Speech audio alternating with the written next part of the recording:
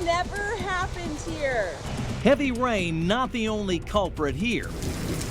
What else local homeowners blame for turning this backyard creek into a raging river? We need to these people get prosecuted. No longer willing to be bystanders. The citizen crackdown on crime. Fox 17 News at 9 starts now. Middle Tennessee's only primetime news. This is Fox 17 News at 9, your Code Red station.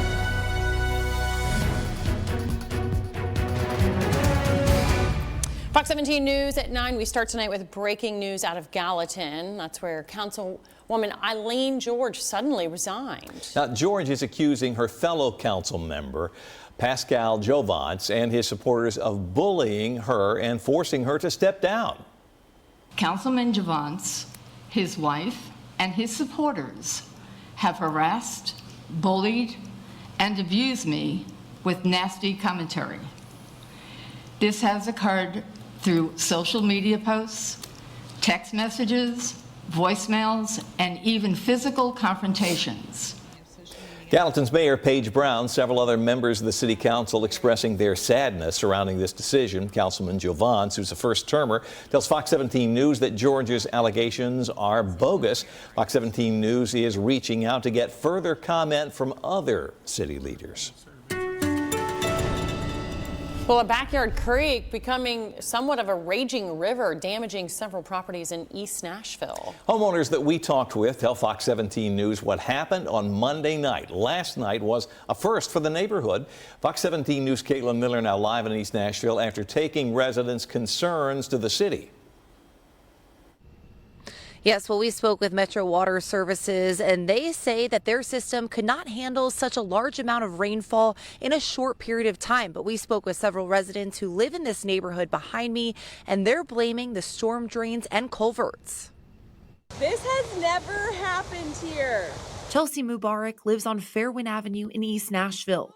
This is what her property looked like Monday night during the storm.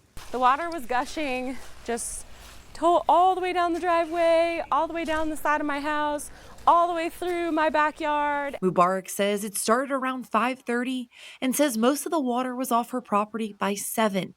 She says she's never experienced anything like this in her neighborhood. In the 10 years since these 3 homes were built, which they were all built at the same time, we had never seen it overflow like that before, which makes us wonder, was it clogged somewhere? Fox 17 News reached out to Metro Water Services to see what they believe the issue was with Monday night's storm. We had almost half an inch of rain in a 10-minute period. That is an enormous amount of rain in a very small time period. And unfortunately, it was more than the system could handle. Metro Water Services says that they clean and monitor storm drains frequently and don't believe the drains were clogged. Despite the cause, East Nashville residents like Mubarak are now dealing with the damage. The gravel and the sand is all moved around, so we're gonna have to redo this area. And she's hoping that this does not happen again, especially with all the rain expected Wednesday. Metro Water Services says that more flooding would just depend on how quickly the water recedes. Now, if you would like your storm drain or culvert checked, you can submit a request through Hub Nashville. Reporting live from East Nashville, I'm Caitlin Miller, Fox 17 News, your Code Red station.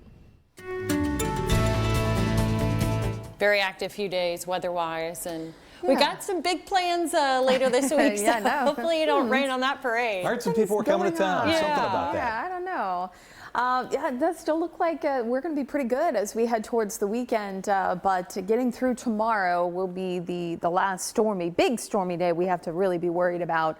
And again, we're kind of entering into this summer pattern here where these storms will be kind of like what we saw yesterday. Storms will be mainly non-severe, but they could contain quite a bit of heavy rain, and that's going to be the case again for tomorrow, where we're not expecting severe weather, but some could contain some heavy pockets where a quick 1 maybe 2 inches in an extreme situation is possible. So this evening, things are pretty quiet on radar here. Some light showers moving more into central Kentucky. Should remain generally quiet until we get into the overnight hours, and a few showers will start to move in from the west. And I would expect more rain even by tomorrow morning, about 5, 6 o'clock. Things quiet downtown on Broadway, and right now still mild and kind of sticky outside with mainly clear skies. We're hovering in those mid-70s at the moment. 68 our temperature for the overnight. We're staying warm once again. Won't cool down until we have this front move through, and that will be what helps spark these showers going into tomorrow. Coming up, we'll walk you through the timing for Wednesday, and of course, too, we'll talk about our CMA forecast. I have made a few tweaks to the weekend forecast. We'll talk about it in your Fox 17 Code Red forecast. Scott. Katie, thank you. Tonight, your voice, your vote. 11 Sumner County residents are indicted for voter fraud. The district attorney says it does not appear to be any part of a coordinated effort. Sumner County DA Ray Whitley says that he asked the TBI to investigate after the suspects were flagged by the County Election Commission. He says the 7 men and 4 women all filled out registration forms pledging they had not been convicted of a felony which would make them ineligible to vote. He's hoping these indictments send a message. That's the very reason that these prosecutions have been brought, is to maybe deter anybody else from trying to vote when they shouldn't have. So maybe it'll make an impression on other people when they do file their registrations. Voter fraud is a Class D felony in Tennessee with a sentence of between 2 and 4 years per conviction. Ray Whitley says the suspects are from all over the county. He says the bulk of the illegal voting was in 2020 and 2022. I'm glad to see Americans stepping up and kind of defiance of some of these more loose on crime policies and beginning to hold these people accountable. Tonight in Operation Crime and Justice, community prays for bystanders who trapped a group of accused shoplifters inside a store at the Tanger Outlet Mall in Antioch. Some of the same people are also criticizing the response by police and store security. Fox 17 News' Kylie Walker is in Antioch with more on this story. Some applause for those who tried to step in and help, but also some frustrations because in the video you're about to see, security is just standing there. But also it did take Metro Police around 20 minutes to respond to the site. The suspects eventually got away, and some believe that the outcome could have been different. These robbers are stuck inside the store. Caught on camera, people have had enough. We need for these people to get prosecuted. Bystanders at the Tanger outlets working to trap in people attempting to steal from the mall over the weekend. And although they eventually got away through the back door, efforts by the Good Samaritans did not go unnoticed. It shows the level of frustration that citizens are having with nothing being done about thieves. And we're to the point they had to take matters into their own hands. Former MMPD officer Ken Alexandro pointing to a trend we're seeing nationwide. I hear the clap, I hear the clap. With Councilmember Joyce Stiles calling attention to a key detail seen in the video. In watching the video, I saw someone who was a security officer who was pretty much doing nothing. So that was disturbing to me. And while some say, what's the point of having a security guard if they don't jump in? Others say many corporations have a hands-off policy. Now, I will tell you, most of them want to be more, but they're not being allowed to be more. We asked the Tanger outlets about their security protocols. They say they have both seen and unseen guards who are supported by law enforcement. So whenever you go hands-on with an individual, you open up yourself, the company, the client, to criminal and civil litigation, which is something that all businesses are trying to avoid. Local security expert Blaze Lane says all guards must do a risk assessment. If they realized that they were not physically able to control 4 suspects when there was only 2 of them in the video that I saw, they were outnumbered. I think that a hands-off approach and reporting that to the police was the exact right move. Also in that video, you could hear people saying, "What is taking so long?"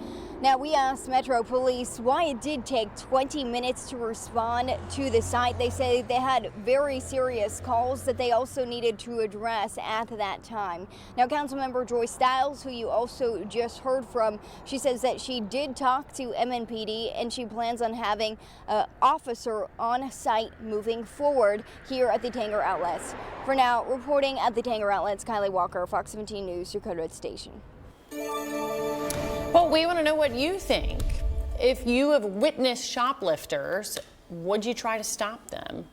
And 855 people weighing in, and most people, 56.8% of respondents say nope, not going to step in and get involved. 43.2% said yes, I'd intervene. This poll is live right now. To cast your vote, you can scan the QR code right there on the right hand of your screen. It will take you to our X page. Our handle's at Fox Nashville. We'll show you updated poll results here later in the newscast. Death in a matter of minutes. Why it doesn't take temperatures in the 80s or 90s to harm a child left inside a car. And the Attorney General under fire. Why he's the one on the defensive tonight. Coming up Wednesday morning, we've got the details on a long night for the Metro Council, who's still trying to come together on a $3.2 billion budget. We'll see you at 4. When kids are fed, they are fueled to thrive. But for many children who rely on schools for their meals, summer can be tough. I'm Scott Couch. Fox 17 is partnering with Feeding America for Sinclair Care's Summer Hunger Relief. Scan this QR code to help provide meals for children and families in our local community.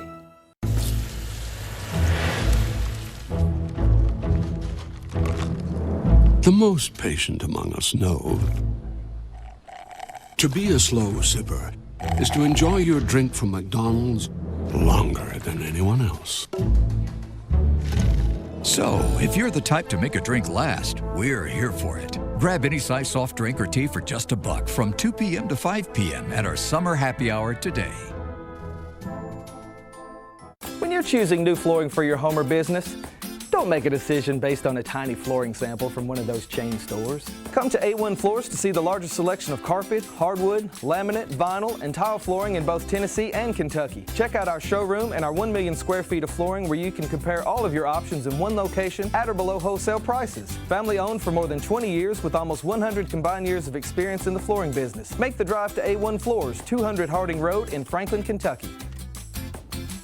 What causes a curve down there? Is it Peyronie's disease? Will it get worse? How common is it? Who can I talk to? Can this be treated? Stop typing, start talking to a specialized urologist because it could be Peyronie's disease or PD. It's a medical condition where there is a curve in the erection caused by a formation of scar tissue, and an estimated 1 in 10 men may have it. But PD can be treated even without surgery. Say goodbye to searching online. Find a specialized urologist who can diagnose PD and build a treatment plan with you. Visit makeapdplan.com today. Ponce Law and Fox 17 News are teaming up to find and award local hometown heroes $1,000. On behalf of everyone at Ponce Law and Fox 17, we're proud to present this check for $1,000 to Jaffe Judah. Thank you, Ponce Law and Fox 17, for everything you do and recognizing me as hometown hero. To nominate someone, go to PonceLaw.com, fill out the form, and tell us who you truly believe is a hometown hero and why. Celebrate our heroes with Fox 17 News Hometown Heroes, sponsored by Ponce Law. Breaking news just into our newsroom. This is coming out of Bellevue tonight. That's where Metro Police are investigating a juvenile involved in a shooting. We have a Fox 17 news crew on the way, and we'll bring you the very latest as soon as we get new information. And tonight, FBI Director Christopher Wray says budget cuts to his agency could put all of us at risk because the terrorism threat is high. The war between Israel and Hamas is fueling renewed concerns. Director Wray says he worries about terror attacks on American soil and also fears smaller groups becoming inspired by these large foreign attacks. Our most immediate concern has been that individuals or small groups will draw twisted inspiration from the events in the Middle East to carry out attacks here at home. But now, on top of that, increasingly concerning is the potential for a coordinated attack here in the homeland, not unlike the ISIS-K attack we saw at the Russia concert hall back in March. Director Ray's testimony, part of the U.S. Senate Appropriations Subcommittee review of the 2025 fiscal year budget. In your health news tonight, close to 40 children die each year in hot cars here in the U.S. At this time of year, doctors want to remind you that it doesn't take triple-digit temperatures to harm a child. It can happen in mere minutes. A hot car can turn deadly.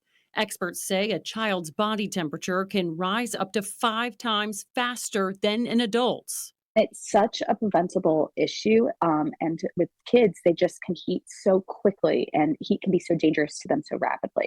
Emergency medicine doctor Sarah Lazarus says no amount of time is safe to leave a child in a car. Children's Healthcare of Atlanta's Strong for Life program says when it's 75 degrees outside, the inside of a car can reach 104 degrees in 30 minutes. When the temperature gets to 95 degrees outside, a car can top out at 102 degrees in just 5 minutes. Accidentally leaving a child in a hot car could happen to any great parent, whether you're busy or rushed or in a hurry, or the biggest thing is when you change routines. Prevent hot car deaths by never leaving a child in a vehicle unattended for any length of time. Ask a child care provider to call if a child doesn't show up for care. Make a habit of checking your entire vehicle, especially the back, and place a personal item in the back seat. Maybe writing a Post-it note and putting it on your steering wheel, putting one of their toys next to you, putting your purse or your cell phone right next to your child so that you know that you're going to look back there and you won't forget it when you get out of the car. Well, experts say that you also need to keep your car keys in a place where children can't get to them and teach them that a vehicle is no place to play. All right, let's talk about the weather. Today we had a little bit of everything. Beautiful sunshine, heavy rains, steamy, and then the humidity seemed to evaporate. Yes, and we're going to get another stormy day, kind of like today, but more thunderstorm activity for tomorrow. We'll just get out of the way before CMA Fest, That's right. I like the way you're thinking. There you go. That's pretty much going to be what we get as we head towards the end of the work week here. We'll look at a stormy day tomorrow, a little bit better towards the end of the week. Live look from our South Nashville camera. Beautiful shot over downtown. And as we mentioned, another stormy day on tap for tomorrow. This one looks to be the best chance for area-wide showers and storms. The good news is these should not be severe, but they will be capable of producing some heavy rain for us. So another quick inch of rain in some spots will be possible for us, and we'll talk more about that CMA Fest forecast.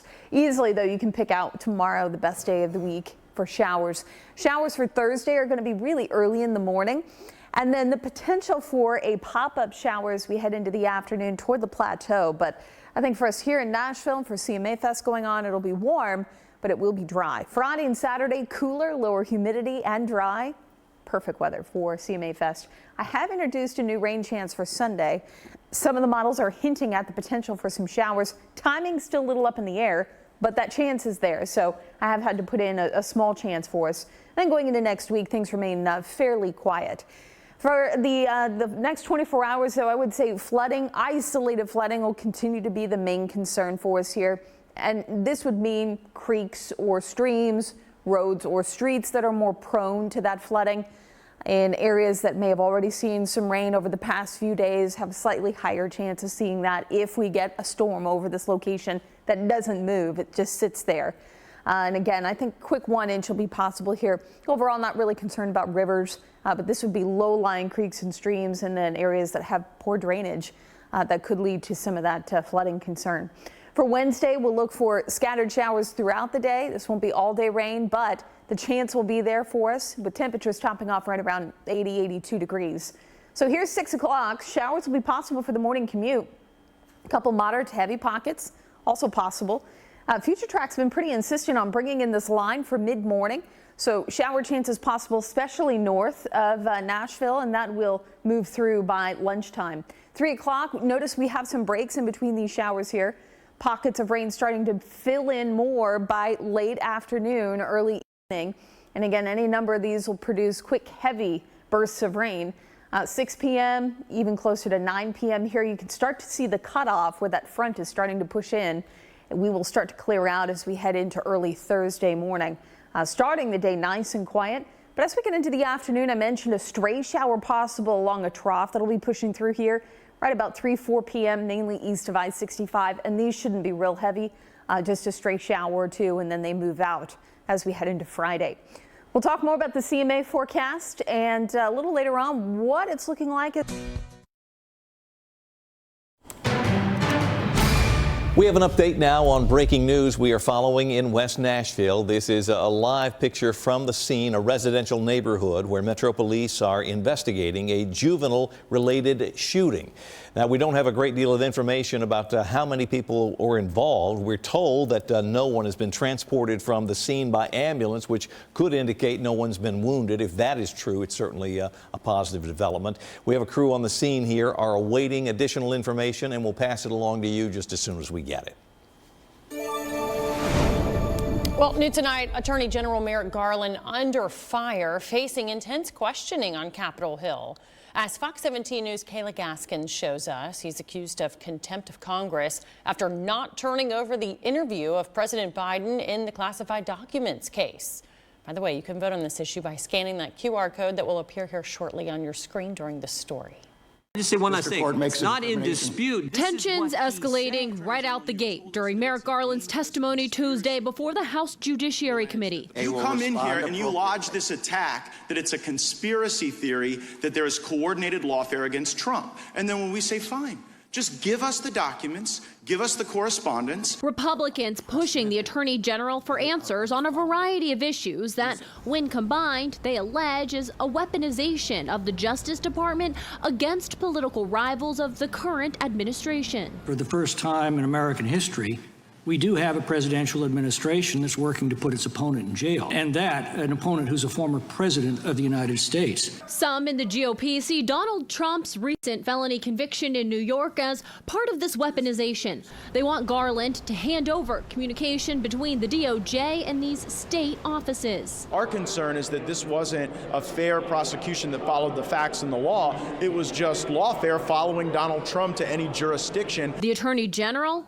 pushing back. These repeated attacks on the Justice Department are unprecedented and they are unfounded. I will not be intimidated, and the Justice Department will not be intimidated. Democrats calling the GOP-led hearing a waste of time. You can't just rail against the court because you don't like the verdict. I think Republicans need to understand that they are, and I think this is their purpose, they are undermining the rule of law. It's a total waste of time. Most of the Republican hearings in this committee this year have been a waste of time. As for the threats to hold Garland in contempt of Congress for not handing over the audio tapes of Joe Biden's interview in the classified documents case, Garland saying he will not jeopardize prosecutors' ability to effectively do their jobs in future investigations. I'm Kayla Gaskins reporting. During that story, we had a QR code linked up to this poll asking the question, do you think the DOJ has been politically weaponized against Republicans and former President Trump? Here are the results. 756 people weighing in. 78.7% say yes, the DOJ has been politically weaponized against Republicans and former President Trump, compared to 21.3% of respondents that say no. Sure. New tonight, the Metro budget taking center stage at Metro Council. Workers from city libraries to Metro General Hospital to Metro schools pushed the council to pass the $3.2 billion budget. They say the pay raises connected are necessary just to keep a roof over their heads. Let me be clear. I need all to hear money for food or money for rent. We shouldn't have to live in fear, struggling with finances while working a career. Davidson County is hurting. Can't you smell the scent? We're only asking for 5%. Many people are 2 checks away from living in a tent. Council members are still debating the budget. If approved tonight, the budget still needs another vote at the next council meeting to pass. It is the most restrictive border policy ever enacted by a Democrat. Tonight, President Biden getting some pushback from members of his own party who say that it goes too far. Republicans, however, don't think the measure goes far enough. Fox 17 News' Christine Frizzell outlining the president's latest executive action. President Joe Biden says he was simply out of options after a recent bipartisan agreement failed in the Senate. It was the strongest border security agreement in decades. But then Republicans in Congress, not all, but walked away from it. Why? Because Donald Trump told them to. His executive order allows for migrants to be quickly deported and blocks their ability to ask for asylum between ports of entry, restrictions which would kick in once the number of illegal crossings passes 2,500 a day, a number already exceeded most days. On Sunday, for example, more than 3,500 were apprehended. The daily high in December reached 10,000. It's a move some say may not bring about the changes the White House wants. And that's exactly what we saw during Title 42. It didn't stop the flows. It just meant a lot more people had to try multiple times to get into the United States. There were a lot more people trying to evade Border Patrol during that time. Republicans, who have for months been calling on President Biden to take executive action, now say he's only doing so because the election is drawing near. President Biden is in trouble politically. He's polling right up there with fungal infections. Some on Capitol Hill warning the human traffickers who have made billions of dollars smuggling people in from all ends of the earth will easily adapt. If you're a cartel, you're going to rack and stack them. You're going to find out exactly how many can get through a day. And you say, who would like to pay more to move up to the line? Other critics focused on what the policy doesn't do. It's not going to end catch and release. It's not going to stop the unlawful use of parole. It's not going to increase interior enforcement. Now, the new executive action does not apply to unaccompanied minors and will most certainly face some roadblocks, including legal challenges. And without the funding from Congress, some of the changes will be difficult, if not impossible, to implement. In Washington, I'm Christine Frizzau. Well, looking ahead now to the last week of the month when the historic Belcourt Theater in Hillsborough Village will celebrate actress Nicole Kidman, who of course makes her home here in the Mid-State. The Belcourt will screen 8 films starting on June the 26th. The event follows Kidman receiving the American Film Institute Lifetime Achievement Award this spring. The films that will be part of the screening include To Die For from back in the middle 90s, Eyes Wide Shut, and more recently Cold Mountain. Tickets are on sale now. Things are quiet for tonight generally across Middle Tennessee here. As we get more into the morning hours, we'll start to see some of those showers built in, mainly from the west, as we take a live look here from our Metro Center camera. Timing out some of those rain showers here through the evening hours. A straight shower possible, mainly west, but I bet more after midnight. We're going to start to see those showers built in and become more widespread as we head closer to lunchtime and eventually into the early evening hours. Area-wide across all of Middle Tennessee and southern Kentucky. So tomorrow is definitely looking to be the best day of the week for rain chances that are headed our way. As far as high temperatures go area-wide here, a little cooler than average. Our average right around 85, so we're a couple degrees cooler. But temperatures right around 83 here in town. Will be around 80 for Crossville and Cookeville, with temperatures hovering right around 80 degrees. More on CMA Fest coming up. Thank you, Katie. Well, it's been an active, severe weather season in our region and really for the rest of the country as well. And it looks like hurricane season could be pretty active too.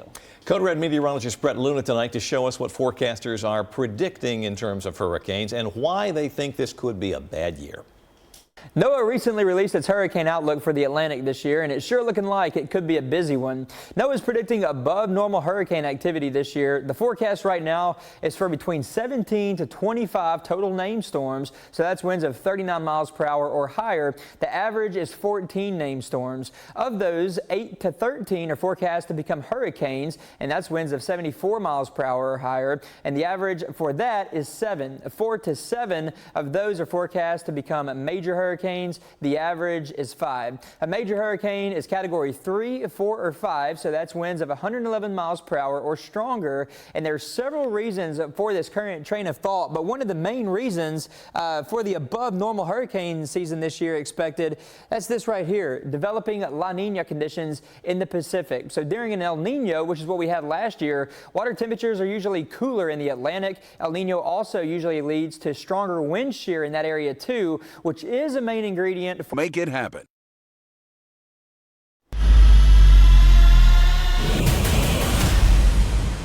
Well, the Titans kicked off their mandatory minicamp today, the first of 3 sessions that are open to the media. Almost there. Fox 17 Sports Director Jill Jelnick now with more on the new offense, including the progression of quarterback Will Levis. Now that the Titans have wrapped up the installation of their new offense, it's time to put it all together this week at minicamp, and it starts with their quarterback, Will Levis. Levis enters his 2nd year with the team, and one thing he's been working on this offseason is his footwork, specifically the discipline of his footwork leading to the base of the top of the drop, because that's where he generates even more power than he already has. Quarterbacks are weirdos. We're always tweaking with something. We always feel like something might be off. Like you saw Brady go through a handful of different footworks throughout one season, and just ball wasn't coming out the way that I would have liked it to, and we just started looking at what could potentially be the cause of it, and just been messing around with things, specifically with my base, that I feel like have got me into a good spot. One of the things I enjoy about Will is he's incredibly coachable. He's got a great perspective, and he's got great awareness of his body mechanics. You know, some guys, it's a natural thing. They just feel what you're coaching, and he's done a great job. I think he sees the benefit in his mechanical improvement and his accuracy. Been really pleased with how much he's taken and translated into actually doing it, which has been fun to watch. Tight end Josh Wiley also enters his 2nd year with the team, and he's been hip to hip with Levis this offseason, hanging out, going to Preds games, and also playing golf together. The two of them admit that having their first full offseason has made a huge difference in their play and also gives them more confidence when it comes to this new offense. I mean, coming in as a rookie, obviously no offseason, and as a rookie, you're just trying to survive. And I think having a full offseason this past year, and just being able to, come in the building and being able to breathe a little bit, it's been nice, and I've been loving it. He's made huge strides. You can tell just from the moment he got here for workouts that he really worked on himself and his body, and how he was going to approach this year, and it's paid off for him a lot, and I'm looking forward to continuing to see him develop. Minicamp is mandatory this week for the Titans, and good news is head coach Brian Callahan says that everyone is here. There were a few players that we did not see on the practice field on Tuesday. Coach Callahan saying that most likely those are the players that are rehabbing. Reporting from Titans practice facility, Jill Jelnick, Fox 17 Sports, your Code Red station. It is almost here. CMA Fest will have the latest on the forecast, plus a few changes that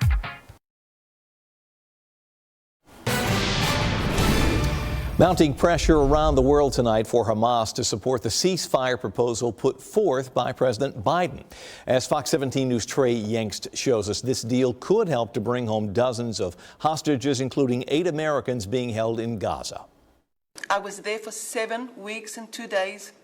And treated like I was dirt. Emotional testimony from former American-Israeli hostage Aviva Siegel, the 63-year-old sharing what it was like to be held captive by Hamas after the deadly October 7th attack. One of the days we starved for more than 20 hours. After 24 hours of not getting anything, they gave us a half of a pita. Siegel shared her story during a roundtable meeting with lawmakers on Capitol Hill Tuesday. It brought together the families of 8 American hostages still held in Gaza. Many are rallying behind the latest ceasefire proposal announced by President Biden last week. Probably the best last chance to get any of our loved ones home. The meeting came just a day after 4 more hostages were declared dead by the Israeli military. Right now, Israeli officials believe about 80 kidnapped hostages are still alive. Hamas is believed to be holding the remains of 43 others. It's time for a deal, a ceasefire, and to bring our hostages home. Pressure is now mounting for Israel and Hamas to accept the terms and end nearly 8 months of conflict. According to the State Department, Israel is on board, even as Prime Minister Benjamin Netanyahu faces criticism from within his own government. The proposal on the table is nearly identical to what Hamas said it would accept just a few weeks ago. Israel has said it is ready to implement it. Now stands with Hamas. Netanyahu has yet to publicly accept the deal and has said Israel remains committed to dismantling Hamas before any ceasefire is reached. In Tel Aviv, Trey Yangst, Fox News. In your entertainment news, after drama and delays, Morgan Wallen's namesake bar and restaurant off of Broadway is officially open. Morgan Wallen's This Bar and Tennessee Kitchen planned to open Memorial Day weekend, but the venue could not secure its beer permit in time. The 6-story building features 4 live music stages, 7 bars, and a rooftop patio adjacent to the historic Ryman Auditorium. The walls are filled with Morgan Wallen song lyrics, signed records, posters, guitars, and memorabilia with an intentional theme showcased on every floor. All about Tennessee. We're looking for just promote Tennessee. We call this Southern cooking, but really focus on the East Tennessee. But in the futuristic, if you have tourists coming from all over, we want to see the best of the best Tennessee has to offer. Last month, the city voted down the venue's request to install aerial overhang signage like the other country music stars have to advertise their bars, citing Morgan Wallen's bad behavior. He faces charges, accused of throwing a chair off a rooftop bar earlier this year. I don't know about you guys, but the food that they had out looked great. They had a great salad. They had biscuits. I didn't see barbecue, but you know it's going to be on the menu. Oh, it's there. It's got to be somewhere. Southern comfort food. That's right. Can't beat it. What they don't want on the menu for the next couple of days is rain. Yeah, tomorrow I think is going to be the biggest chance of the week, so that's good. And then beyond that, our chances begin to drop quite a bit for the first few days, at least, of CMA Fest. Things pretty quiet for now. Can't wait to see what the camera's going to look like here in a couple of days. I'm sure it'll be quite busy, yes. And fortunately, we really are going to luck out this year as far as weather goes. Now, as far as tomorrow morning is concerned, if you want to get up, maybe do some exercise, not the best day to do so. You may get lucky, and depending on where you are, run into a pocket of dry weather, but the chances for showers and, more importantly, lightning and thunderstorms will be around. So anytime you see lightning, which you can get notifications for, by the way, with our Fox 17 Code Red Weather app. It's best to stay indoors and let that storm pass by before heading outside.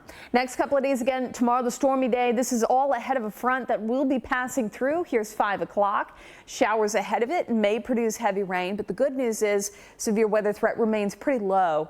Then we go through Thursday morning, a few showers along this trough that'll be pushing through, but that helps to dry us out as we head towards Friday. Much lower humidity than what we are probably used to for this time of year. In fact, you know, today and yesterday it was quite sticky. It's not going to be like that as we head towards Friday. So really looking forward to the end of the week here. Friday afternoon, we continue this northwesterly flow, which keeps us dry. We get into the weekend and we will be watching this little batch of showers out to our west here potentially impact us as we head closer to Sunday. I think most of Saturday looks dry. But Sunday now, I'm having to introduce a rain chance for CMA Fest. So what you need to know for CMA Fest right now, temperatures look great. It's not going to be too humid, but I have made changes by introducing a rain chance for Sunday. Right now, it's a small chance for rain, just 30%, because of the uncertainty with timing with these showers. But if we continue to see these trends in our model data, and we may have to up that rain chance for Sunday. Hopefully most of the day stays dry for us, but we have a couple of gorgeous days leading up to Sunday here. Thursday, I've gone ahead and removed most of the rain chance. I'd say a stray shower chance toward the plateau, but here in Nashville we should remain dry. 82 for Friday and sunshine. Saturday right around 82 degrees and 80 for Sunday. Again, for perspective, I mentioned earlier, our average high is around 85. So likely to stay at or below average for the next several days here. As we head through early next week, notice our temperatures stay at or below average. And I was looking ahead to late June, and it does look like that this below average pattern may stick with us. So really not too bad of a start to June, and possibly through the middle of June as well. Thanks, Katie. Shoplifting.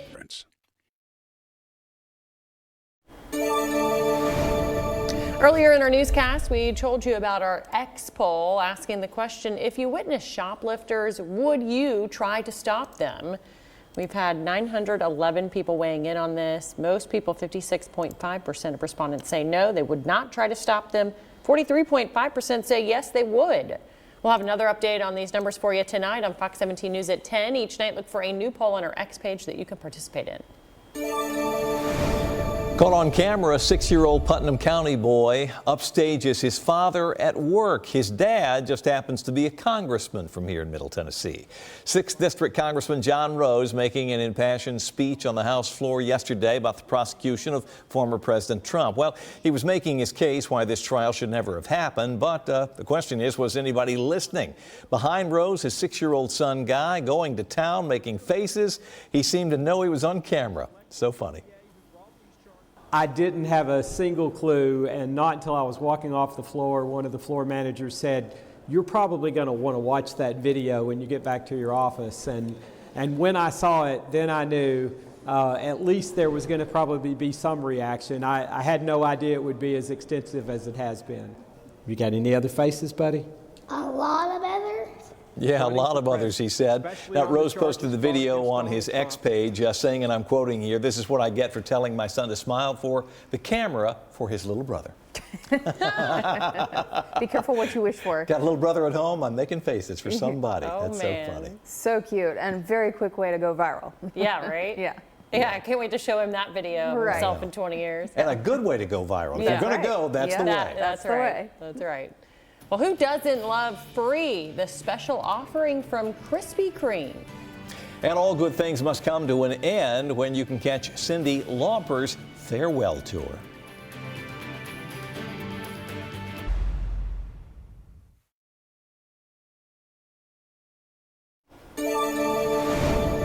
In consumer news, Krispy Kreme has a sweet deal for you on Friday. We're talking about free donuts. In honor of National Donut Day, the company is allowing fans to pick out their favorite donut, no charge. This offer only good on Friday, though. As an added bonus, customers can get a dozen original glazed Krispy Kreme donuts for $2 with the purchase of another dozen.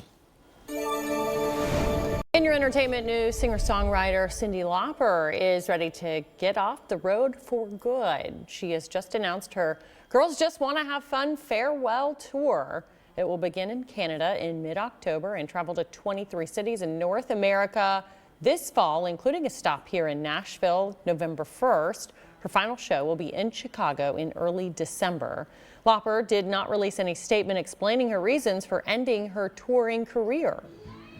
Surviving service. I'm Angela Brown in Washington, D.C. It's a need female veterans say is going unfulfilled. How one organization is helping women who served our country. The fallout from Dr. Anthony Fauci's testimony on Capitol Hill continues, with one government watchdog saying, "Follow the money." I'm Matt Gelka in Washington, and I'll explain coming up. This is Fox 17 News at 10, your Code Red station.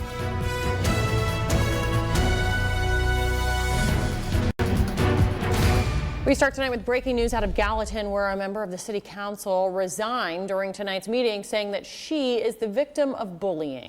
Eileen George says fellow council member Pascal Jovance and his supporters are harassing her on social media with phone calls and text messages as well. George says she didn't feel like she had any choice but to step down.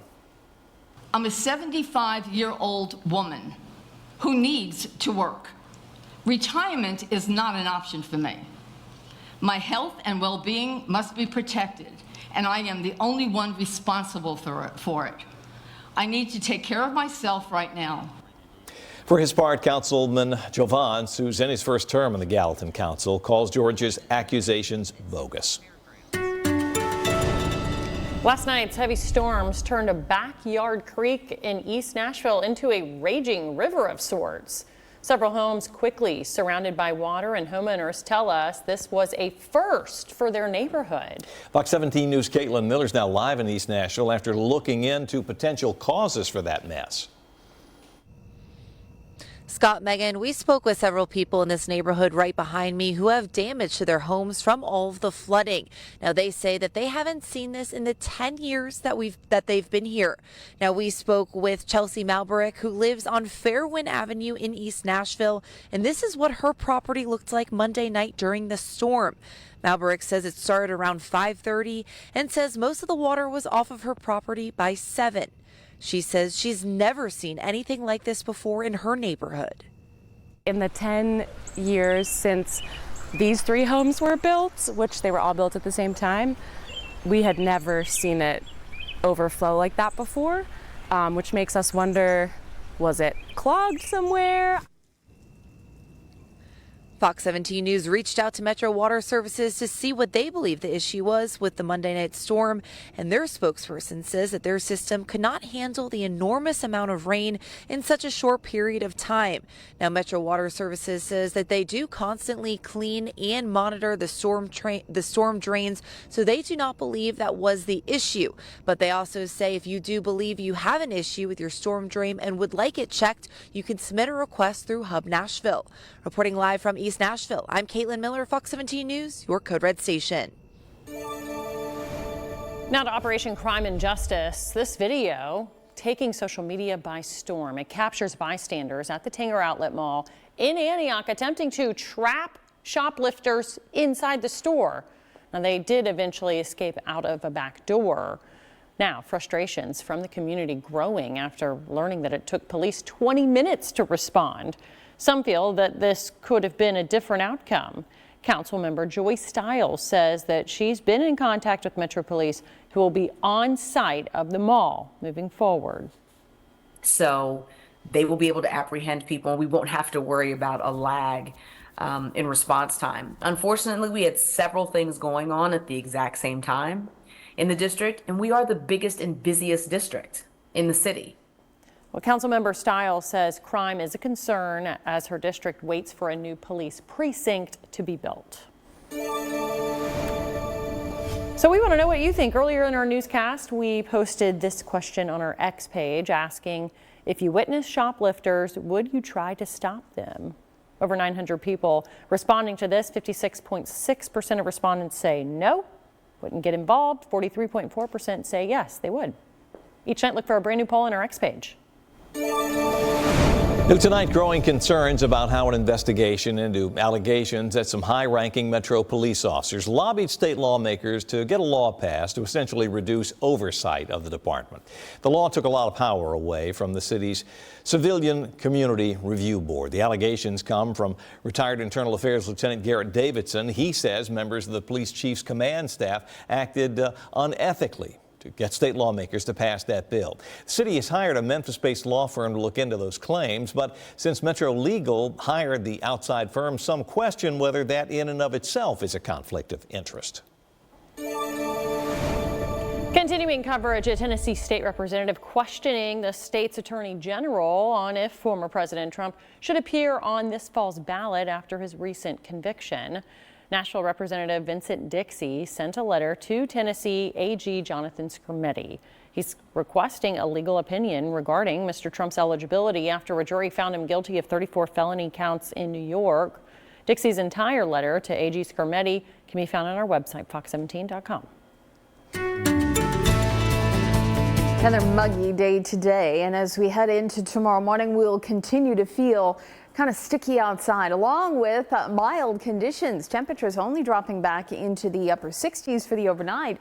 We check out your forecast as we head out the door, and you can see that the showers will be around as well. These will be pretty scattered in nature, but they will be there, with temperatures hovering right around 70 degrees at 5 o'clock in the morning. So an unsettled and mild and muggy start to your Wednesday. Things are pretty quiet at the moment, but we are tracking some showers here in West Tennessee.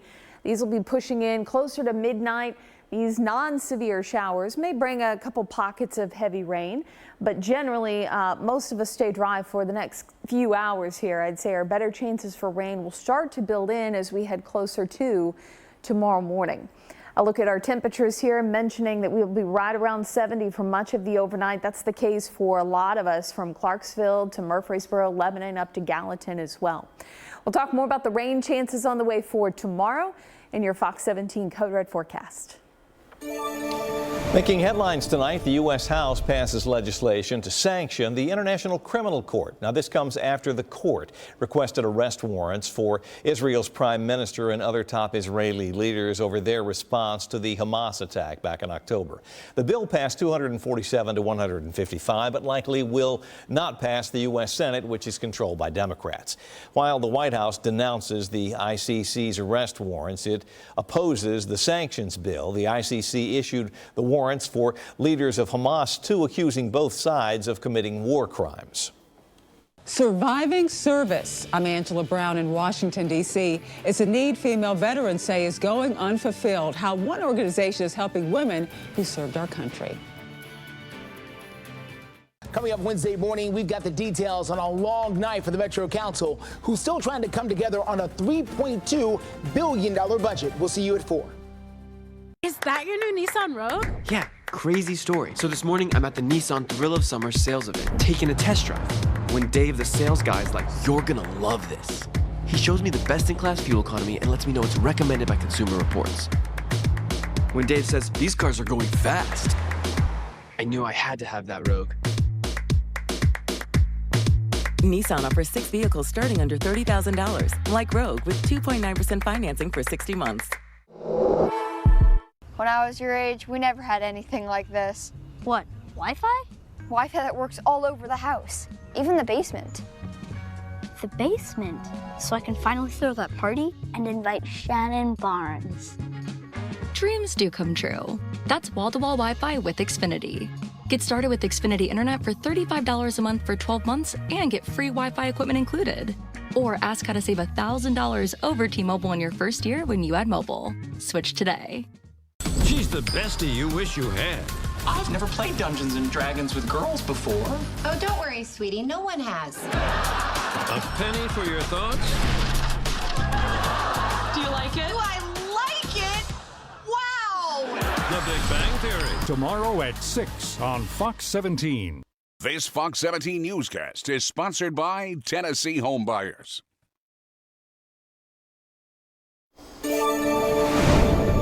New tonight, Surviving Service, a program to assist military women after serving our country, is beginning to take shape. Fox 17 News' Angela Brown shows us why it's needed and how it works. There are over 2 million women veterans in the U.S., but few programs are dedicated just for them. Women on the Fly is one of them. Fly fishing is therapeutic for Coast Guard veteran Sue Curver. When I left the Coast Guard, I realized that I had a large healing journey in front of me. Hidden pain not seen in these pictures. Like a lot of my veteran sisters, suffered from depression, PTSD, all of these unseen injuries. Fly fishing became an outlet, so Sue signed up for outings with other veterans. My participation meant that I was the only woman in these programs, and so I did not feel connected. An idea was born. Women on the Fly, starting in 2023 within Project Healing Waters. We're here for the women veterans. Even if you don't like fly fishing, just to come into a community where, again, you feel safe, you feel heard. Kylie Poole participated in Women on the Fly, is an Air Force veteran, and works for Project Healing Waters. When we do go on outings, if it is more than just a day outing, it can be anywhere from a weekend to a week long. Nearly 700 female veterans are a part of Project Healing Waters. Overall, roughly 10% of veterans today are women, according to Veterans Affairs. But few programs are dedicated just for them. Sue and Kylie fighting to change that. It's great to get out on the water. It's great to get out in nature. I am passionate about fly fishing, but I'm also passionate about bringing other women into this and bringing them alongside and making sure that they know that they have women who will bolster them and hold them up. Project Healing Waters, as a nonprofit, has almost 200 local programs across 48 states, helping over 65,000 veterans. In Washington, D.C., I'm Angela Brown. Covering the Capitol, a U.S. Senate subcommittee hearing today reviewing President Biden's 2025 budget request for the FBI. The FBI's Director Christopher Wray testifying, saying that the $11.3 billion budget ask represents a 1% increase over last year. Wray says the FBI needs investments in resources that are required to keep America safe from an increasing domestic terror threat. When I look back over my career in law enforcement, I would be hard-pressed to think of a time when so many different threats to our public safety and national security were so elevated all at the same time. But that is the case as I sit here today. Director Wray says the FBI is up against complex and evolving threats from international terrorists, drug cartels, and even cyber attacks. The fallout from Dr. Anthony Fauci's testimony on Capitol Hill continues with one on Fox 17. Google is reportedly cutting at least 100 jobs in its cloud unit. Parent company Alphabet targeting several teams, many in sales and engineering. The latest move by the company furthers its efforts to advance in artificial intelligence. Google has been laying off several groups of employees since early last year. Heading out of the U.S., you're likely to buy more with your U.S. dollars. Contrary to what many on Wall Street expected, the U.S. dollar is stronger. Bumpy inflation data has prompted investors to pull back on anticipation for rate cuts. Higher interest rates have traditionally propped up the dollar. The dollar is still below the recent peak of 2 years ago when the Fed was raising rates. And have you ever found yourself answering a spam call by accident? Experts are now warning, do not engage with the scammers and just hang up the phone. Don't give them anything. Just absolutely don't engage, no matter how infuriating it may be that they interrupt your life. Just hang up. This comes as Americans reported losing more than $10 billion to fraud in 2023. That's business. CJ Papa, Fox News. Well, new tonight, millions in royalty payments flowed into the National Institutes of Health during the pandemic, and that's the takeaway from a lawsuit filed to try and unearth where the money was coming from. A lot of cash. As Fox 17 News' Matt Galka tells us, Dr. Anthony Fauci forced to answer questions about that money and potential influence while testifying this week on Capitol Hill. Look, it's much bigger than anyone thought it. Adam Andrzejewski had to sue to find out how much money was going to the National Institutes of Health from 2021 to 2023. The findings, $710 million from private pharmaceutical companies went to the NIH and included royalties to its scientists. This was happening during the pandemic as treatments were being developed and licensed. When you follow the money, it begs the question, did anything else stand a chance at NIH on the pandemic other than Tony Fauci's Institute's pandemic therapeutics? Andrzejewski and his organization Open the Books say that a large chunk of that money, $690 million, went to the National Institute of Allergy and Infectious Diseases, but it has not been disclosed how much of that was paid to scientists as royalties. During a tense hearing on Capitol Hill this week, House Republicans peppered Dr. Anthony Fauci with questions about the cash for the agency he once headed up. Fauci pushed back on the idea that the money coming into the NIAID during those years for COVID was going to him. Okay, so somebody received the $710 million. Somebody did, but not me. You didn't receive any royalties. Okay. Senator Rand Paul has previously called for Fauci to be thrown in jail for what he calls dishonesty during the pandemic, especially when it comes to potentially funding controversial gain-of-function research in a Wuhan, China lab. The technique can be used to manipulate viruses. Fauci denies the NIH funded COVID experiments in the Wuhan lab. When people won't give you information, what's the only conclusion? The conclusion is they've got something to hide. So we continue to seek this information, and I don't think this is over. Senator Paul is pushing a bill that requires federal government employees to disclose royalty payments, and it would force the NIH to say how much their scientists are getting paid. When asked about whether or not the law should change, Dr. Fauci replied, "Go ahead." Reporting in Washington, I'm Matt Galka. In politics tonight, the Chicago Police Department says that it's prepared for the upcoming Democratic National Convention. The August event is expected to bring an estimated 50,000 visitors to the Windy City, along with massive demonstrations. More than 50 organizations plan to protest. According to Chicago Police's superintendent, all officers are getting a refresher on de-escalation training. He says about 3,000 officers are also undergoing specialized training to respond to civil unrest and riots. We want people to express their rights safely and responsibly, and we will protect them. But we are not going to tolerate crime, violence, and vandalism. We will always protect our city. The department is also finalizing changes to allow for mass arrests of protesters. Stelling says mass arrests is a last resort, but police are ready for any situation. Republicans are holding their national convention in Milwaukee next month. More storms headed our way for Wednesday, already tracking a few showers off to our west in West Tennessee.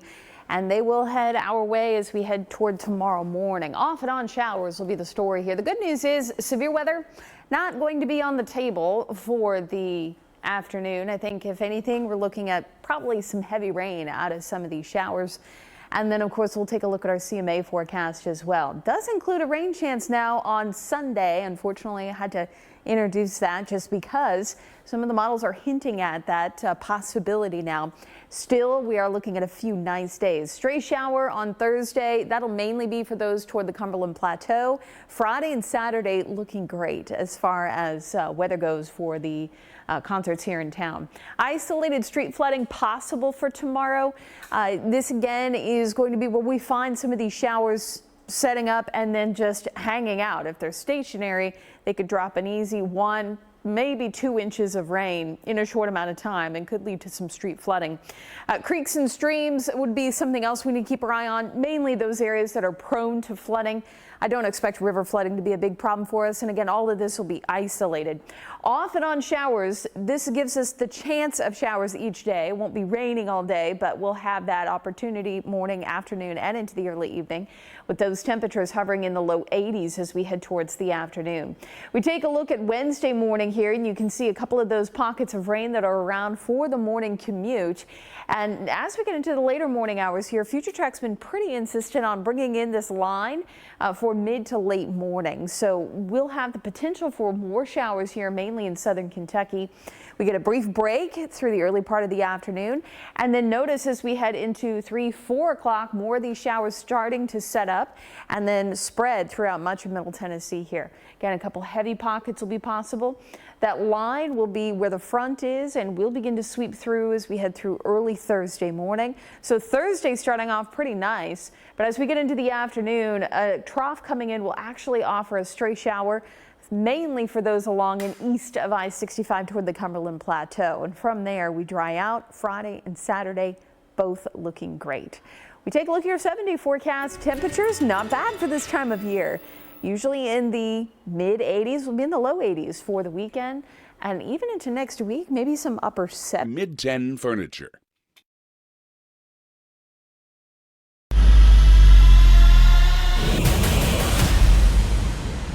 Titans kicking off their mandatory mini camp today, the first of 3 sessions that are open to the media.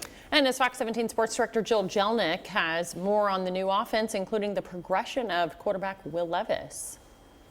Now that the Titans have wrapped up the installation of their new offense, it's time to put it all together this week at minicamp, and it starts with their quarterback, Will Levis. Levis enters his 2nd year with the team, and one thing he's been working on this offseason is his footwork, specifically the discipline of his footwork leading to the base of the top of the drop, because that's where he generates even more power than he already has. Quarterbacks are weirdos. We're always tweaking with something. We always feel like something might be off. Like you saw Brady go through a handful of different footworks throughout one season, and just ball wasn't coming out the way that I would have liked it to, and we just started looking at what could potentially be the cause of it, and just been messing around with things, specifically with my base, that I feel like have got me into a good spot. One of the things I enjoy about Will is he's incredibly coachable.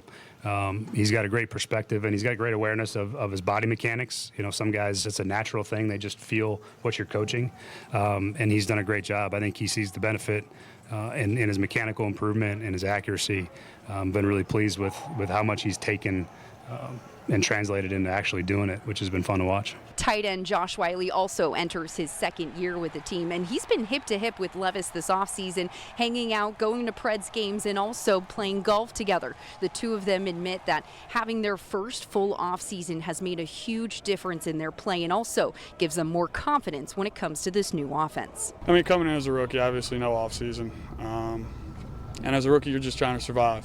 And I think having a full offseason this past year, and just being able to, come in the building and being able to breathe a little bit, it's been nice, and I've been loving it. He's made huge strides. You can tell just from the moment he got here for workouts that he really worked on himself and his body, and how he was going to approach this year, and it's paid off for him a lot, and I'm looking forward to continuing to see him develop. Minicamp is mandatory this week for the Titans, and good news is head coach Brian Callahan says that everyone is here. There were a few players that we did not see on the practice field on Tuesday. Coach Callahan saying that most likely those are the players that are rehabbing.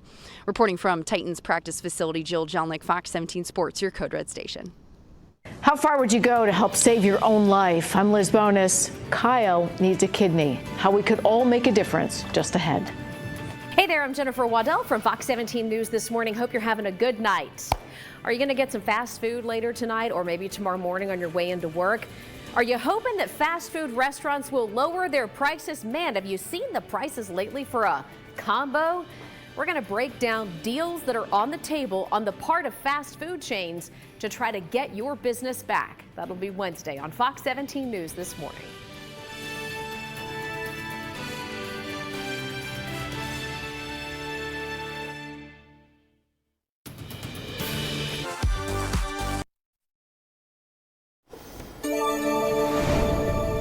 In your health news tonight, a 27-year-old man is reaching out for help. He needs a kidney donor to survive. Fox 17 News medical reporter Liz Bonus tonight to explain what's behind his passionate plea. Hey there, everybody. How far would you go to save your own life if you'd already lost family members due to a genetic condition? Well, that is what has left Kyle searching desperately for a living kidney donor. I was 24 when it happened. Wow. I just went to the doctor just for like a routine blood work. I wasn't feeling any symptoms or anything, and they ran my blood and came back and they sat me down. They said, well, you're in end-stage renal failure. You only got about 20% kidney function left. Kyle is now on daily dialysis, a process which filters his blood and keeps him alive. He's newly married. His wife, Brittany, is a kindergarten teacher. Together, they've launched the campaign, Kyle Mooningham Needs a Kidney. My mom and her brothers all have kidney failure as well, so I knew what it was about and what it's like. Kyle's best hope right now is a living kidney donor. Darcy Gibson of the national organization Off the List says anyone who's healthy can be a donor. If you reach out, a simple blood test is all it takes initially to see if you might be Kyle's perfect match. We just encourage people, call and just learn more. Take that first step. It doesn't mean tomorrow you're going to be donating your kidney. It just means learn more. In addition to learning more, Kyle's also asking for your help spreading the message. More than 100,000 people are on the national transplant list. Almost 90% of them are waiting for kidneys. If you think you can help, we have Kyle's connections for Facebook online. The wait time on an average kidney donor is about 5 years. Kyle needs a kidney now. With your health news, I'm Liz Bonus reporting.